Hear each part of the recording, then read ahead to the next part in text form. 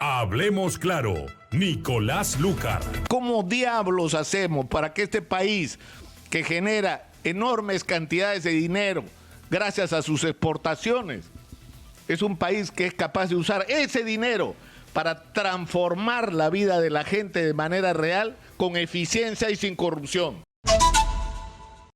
Yo creo que es importante, por difícil que parezca en una circunstancia como esta, donde hay tal nivel de polarización, Exitosa. donde uno por momentos tiene la impresión de que la victoria de unos tiene que significar poco menos que la muerte de los otros, es difícil en esta circunstancia regresar a una discusión sobre la tragedia nacional y sobre la necesidad de dar respuesta a ella. ¿Qué es lo que ocurre en el Perú?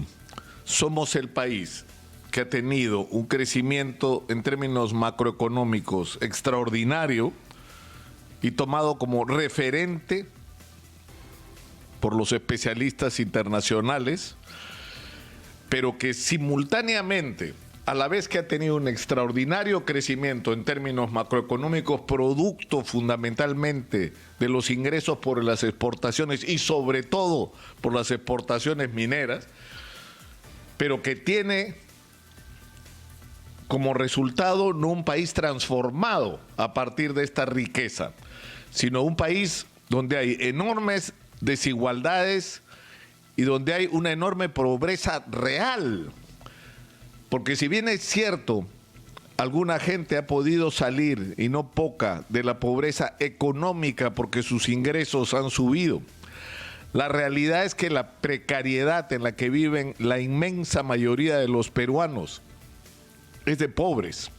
El transporte, la educación, la salud, el acceso al crédito, la seguridad, el acceso a la justicia, el acceso al agua potable, que es algo tan básico. Entonces, ¿cuál es el reto que tenemos y lo que debería ser el centro de nuestra discusión hoy? ¿Cómo diablos hacemos?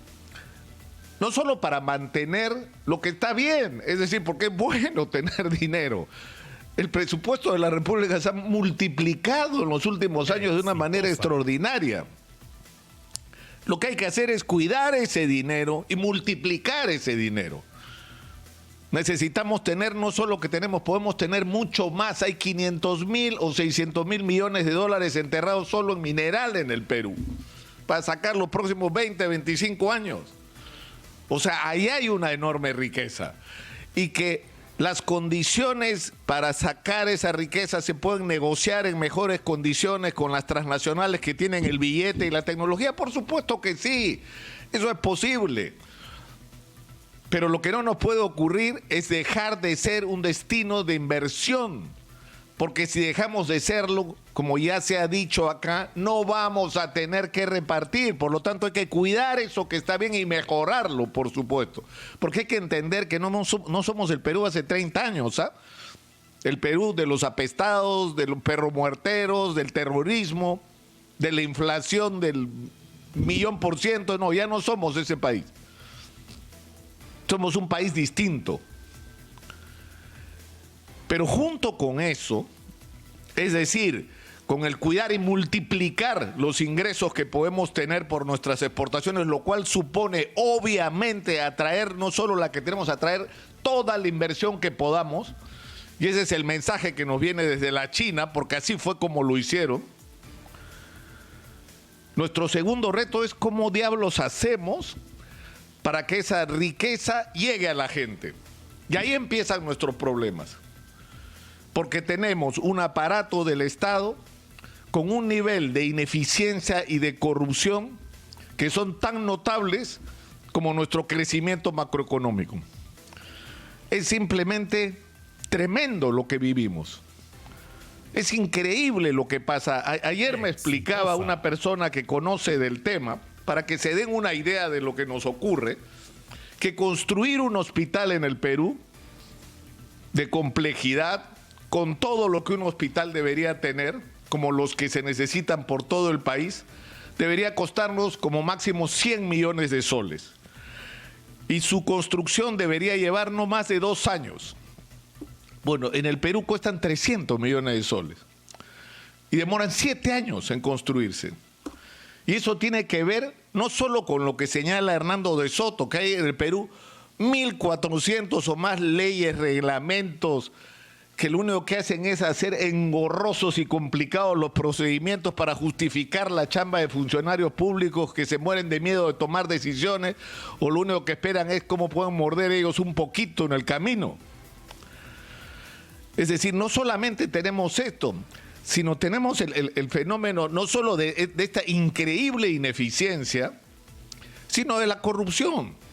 Es decir, un gobierno regional contrata para hacer un hospital y de ahí viene el siguiente gobierno regional y ¿qué gano yo?, dice el gobernador.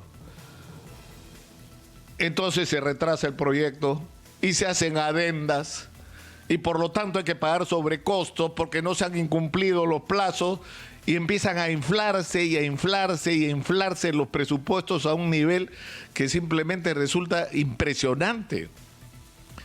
Entonces, hay que cambiar esto. Hay una iniciativa que hay que decirlo, me he tomado el trabajo de averiguarlo.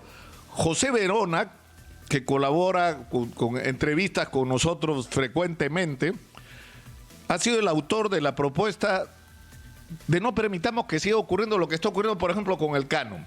Que el 40% del dinero aproximadamente se devuelve. Dice, ¿por qué se va a devolver? ¿Por qué no se reparte entre la gente?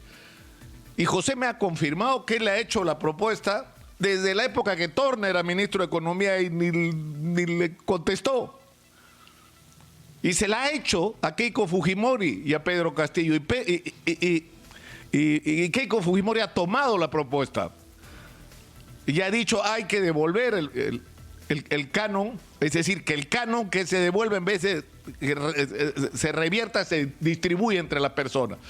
Y José nos ha explicado el jueves pasado con lujo de detalles lo que significaría esto en términos de cambio de la vida de la gente. Ese tipo de iniciativas son las que hay que discutir, pero evidentemente no basta, porque no basta con que la gente tenga algo de dinero en el bolsillo que los va a ayudar a afrontar sobre todo las urgencias del momento y resolver problemas de su vida cotidiana o montar pequeños negocios, sino que hay que resolver los grandes problemas. Como el problema de la electrificación, la vivienda, el acceso al agua potable, el sistema de salud, la construcción de colegios, la construcción de reservorios que permitan que la agricultura, que debe convivir con la minería, es decir, que el dinero de la minería sirva para multiplicar la producción agrícola y no solamente para afectarla. Y para eso hay que hacer reservorios, hay que introducir tecnología, hay que meter dinero. Y fíjense ustedes la experiencia de Ancash. ¿Saben cuánto paga de impuestos Antamina al día? $2,5 millones. A estas alturas, casi 10 millones de soles. Diarios. Eso es lo que paga de impuestos. Y me pasaron ayer un cuadro del estudio que se ha hecho sobre el déficit de electricidad en la región Ancash y en las zonas rurales. 27.000 familias no tienen acceso a electricidad. El costo promedio de la instalación eléctrica en un domicilio es más o menos $2.500. Pero considerando que es una zona rural, que hay mucha distancia entre un punto y otro, multiplícalo por 2, $5.000 por instalar en cada vivienda de la zona rural de Ancash, donde no hay electricidad, poner energía. $5.000, pónganle. Con 54 días de los impuestos de Antamina, solo de Antamina, se resuelve el problema del acceso a energía eléctrica en toda la zona rural de Ancash. ¿Cuánto cuesta un hospital? 100 millones de soles. ¿Saben cuánto es el máximo de tiempo que puede demorar de más un hospital que se contrata por la vía de obras por impuestos? En el caso de Antamina, 0.2%. O sea, te atrasas, pero te puedes atrasar si quedamos que va a ser en 2 años, el 0.2%. O sea, días. Y si por cualquier razón la obra tiene que tener sobrecostos, en ningún caso serán superiores al 0.5%. 0.5%, no 300% como ocurre en este momento, 0.5%. Entonces, tenemos que encontrar la manera como esta de la realización de obras por impuestos. Acá está la lista, señor. Todo esto se necesita en la región Ancash. Todo esto en electricidad, necesitamos 15 o 10 hospitales o 12 o no sé cuántos se requieran, necesitamos 400 colegios, necesitamos hacer estos reservorios y háganlos a cambio de impuestos a estos precios. Y se acabó la corrupción. Exitosa. Y dejamos de ser espectadores del vergonzoso espectáculo de gobernadores regionales. Hoy está preso el gobernador regional de Ancash, que no ha aprendido nada, que además es de Somos Perú, vicepresidente del partido. Como estaba preso el anterior y el anterior y el anterior. ¿Por qué? Por ladrones, por coimeros. Entonces, esta es la discusión que tenemos que hacer.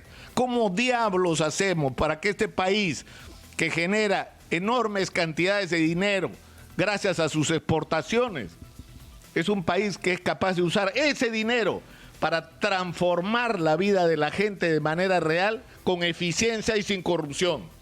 Ese es nuestro reto. Y me van a disculpar, pero eso no tiene ideología. Eso no es ni de izquierda ni de derecha, por Dios. Eso es un manejo moderno, científico, adecuado, eficiente, honesto de los recursos. Eso es lo que necesitamos y eso es lo que tendríamos que estar discutiendo en el Perú hoy. Por Dios, ¿en qué momento vamos a aterrizar a la realidad y a lo que necesitamos a enfrentar? Es decir, termino.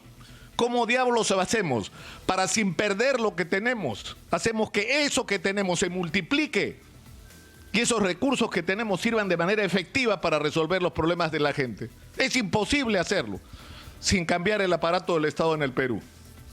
Sin cambiar el aparato, es imposible. Imposible. Y eso es una tarea que tenemos delante. Pero en lo inmediato, obras por impuestos, señor. Obras por impuestos. Eso le puede cambiar la vida a regiones enteras. Y por supuesto le puede cambiar la vida a los políticos tramposos e ineficientes que han estado mamando de la teta del Estado todos estos años y perjudicando a la gente que no ha podido disfrutar de los beneficios del crecimiento económico. Hablemos claro, Nicolás Lucar.